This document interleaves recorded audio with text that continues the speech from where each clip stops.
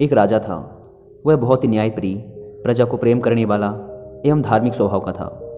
वह प्रायः अपने इष्ट देव की बड़ी श्रद्धा भाव से पूजा पाठ किया करता और उनकी कथा सुनता। भक्ति के प्रभाव से राजा का मन बहुत साफ था। राजा अपनी प्रजा को सुखी रखने के लिए अपनी ओर से पूरा प्रयास करता।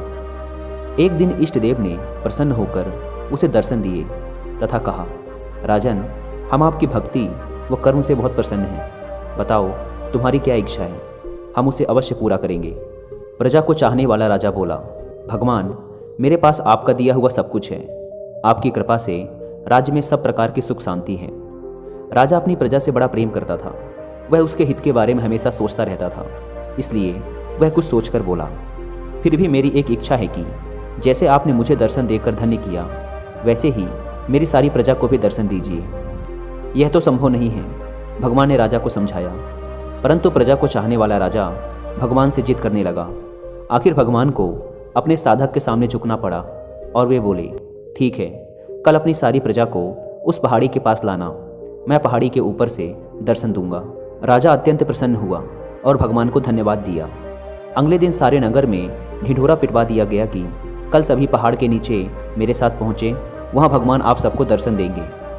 दूसरे दिन राजा अपने समस्त प्रजा और स्वजनों को साथ लेकर पहाड़ी की ओर चलने लगा। चलते चलते रास्ते में एक स्थान पर तांबे के सिक्कों का पहाड़ दिखा। प्रजा में से कुछ एक उस ओर भागने लगे। तभी ज्ञानी राजा ने सबको सतर्क किया कि कोई उस ओर ध्यान ना दे, क्योंकि तुम सब भगवान से मिलने जा रहे हो। इस तांबे के सिक्के के पीछे अपने भाग्य को लात मत मारो।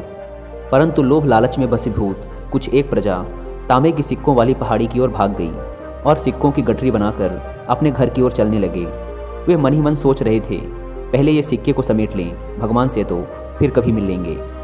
राजा खिन्न मन से आगे बढ़े। कुछ दूर चलने पर चांदी के सिक्कों का चमकता पहाड़ दिखाई दिया। इस बार भी बचे हुए प्रजा में से कुछ लोग उस ओर भागने लगे और चांदी के सिक्कों की गठरी बनाकर अपने घर की ओर चलने लगे।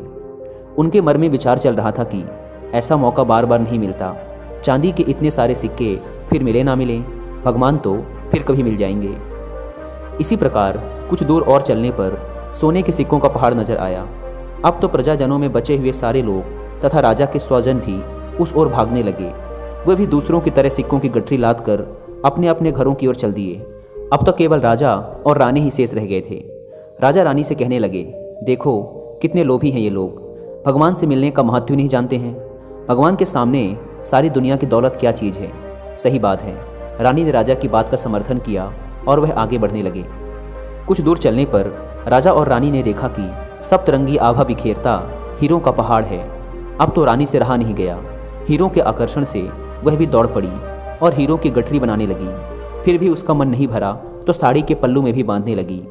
वजन के कारण रानी के वस्त्र देह से अलग हो गए, परंतु हीरों की लालच अभी भी नहीं मिटी। यह देख राजा को अत्यंत ग्लानि और विरक्ति हुई। बड़े दुखद मन से राजा अकेले ही आगे बढ़ते गए। वहाँ सचमुच भगवान खड़े उसका इंतजार कर रहे थे। राजा को देखते ही भगवान मुस्कुराए और पूछा, कहाँ है तुम्हारी प्रजा और तुम्हारे परिजन? मैं तो कब से उनसे मिलने के लिए बेसब्री से उनका इंतजार कर रहा हूँ। राजा ने शर्म और आत्मग्लानि से अपना सिर झुका दिया। तब भगवान ने राजा को समझाया, राजन, जो लोग भौतिक सांसारिक प्राप्ति को मुझसे अधिक महत्व देते हैं, उन्हें कदाचित मेरी प्राप्ति नहीं होती और वह मेरे स्नेह तथा आशीर्वाद से भी हमेशा वंचित रह जाते हैं।